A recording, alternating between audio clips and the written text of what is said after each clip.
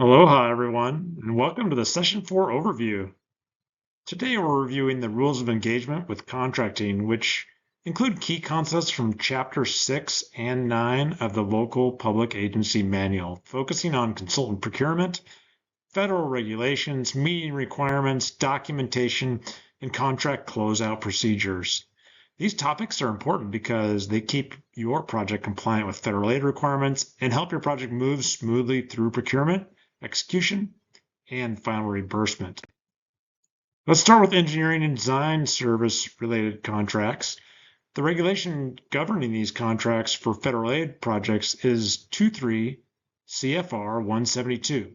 CFR stands for Code for Federal Regulations, so they come from the top. This regulation establishes how engineering and design consultants are procured, negotiated, and administered. It ensures that local agencies follow consistent federal procedures when hiring consultants for federally funded work.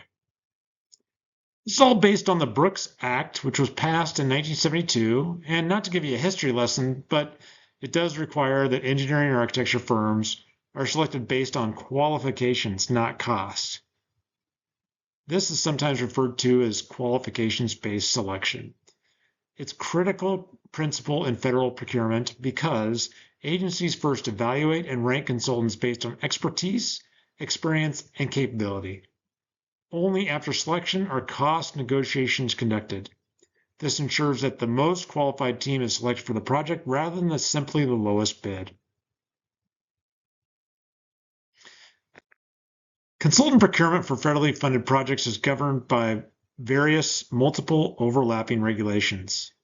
These include 23 CFR 172, which governs that procurement and contract administration we just mentioned. 2 CFR Part 200, which outlines uniform administrative requirements and audit principles. 48 CFR 31 provides cost principles for contracts. And depending on the project, additional environmental and compliance regulations such as 40 CFR 93 or 36 CFR Part 800 may also apply. The key takeaway here is that consultant procurement is not governed by a single rule. It requires coordination across multiple federal frameworks. The slide below shows the approval package the LPA must submit to HDOT during consultant procurement. The table on the left highlights the design-related consultant services package that goes to the assigned HDOT contract in the design branch or the traffic branch. Once the consultant selection process is complete, a consultant has been identified, the local public agency must obtain approval from HDOT before moving forward with contracting activities. For design-related consultant services, the LPA submits documentation to the assigned HDOT contract in either the design branch or the traffic branch. Key approval requests include an approval of selected consultant letter, which documents the consultant chosen through the qualification-based selection process, an approval of negotiated consultant fee letter, which is submitted once successful fee negotiations have been completed, and an approval of contract change order or contract amendment letter, whenever modifications to the consultant contract are needed during project delivery. These approval steps provide HDOT with an opportunity to verify that federal and state procurement requirements have been followed and that consultant costs are reasonable before federal funds are obligated. The table on the right covers the approval process when an LPA procures a consultant for construction management or construction support services. Unlike design-related consultant contracts, these approval requests are submitted to the geographically appropriate HDOT district office. The table highlights the specific approval documents required.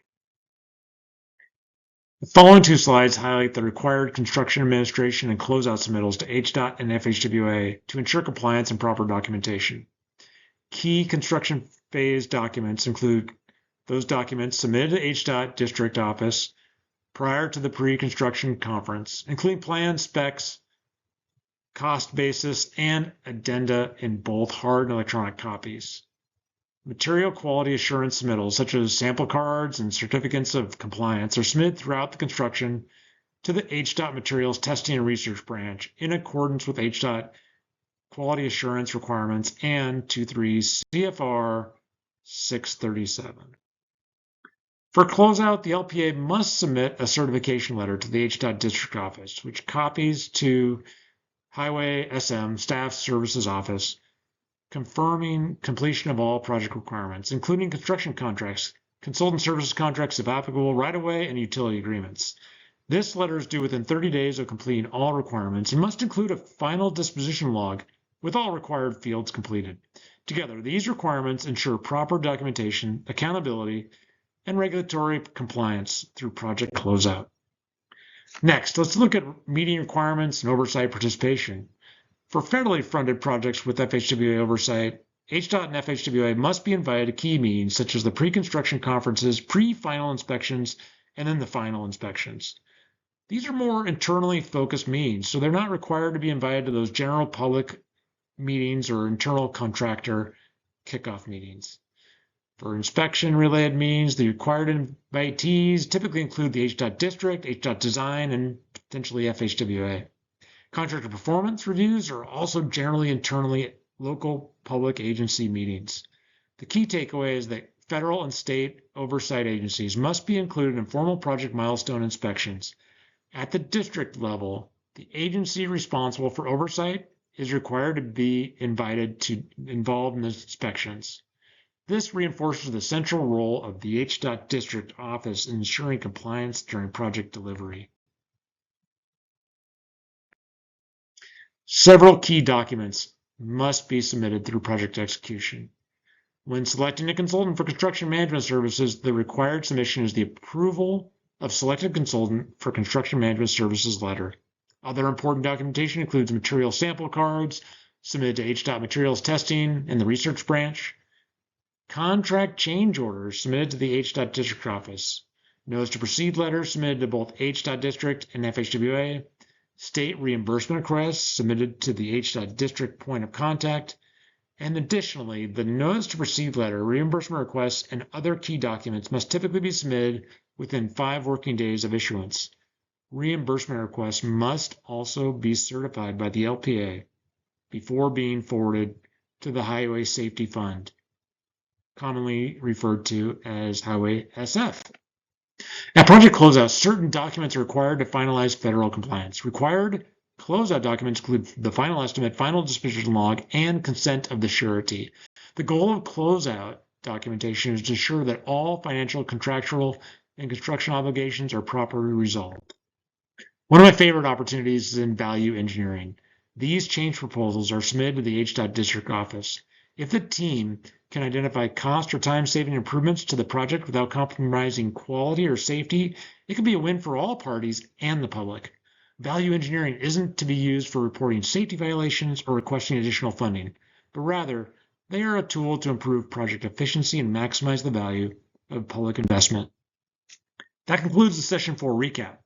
These concepts, procurement regulations, oversight requirements, documentation, and closeout procedures are all essential to ensuring federally funded projects remain compliant, transparent, and efficiently delivered.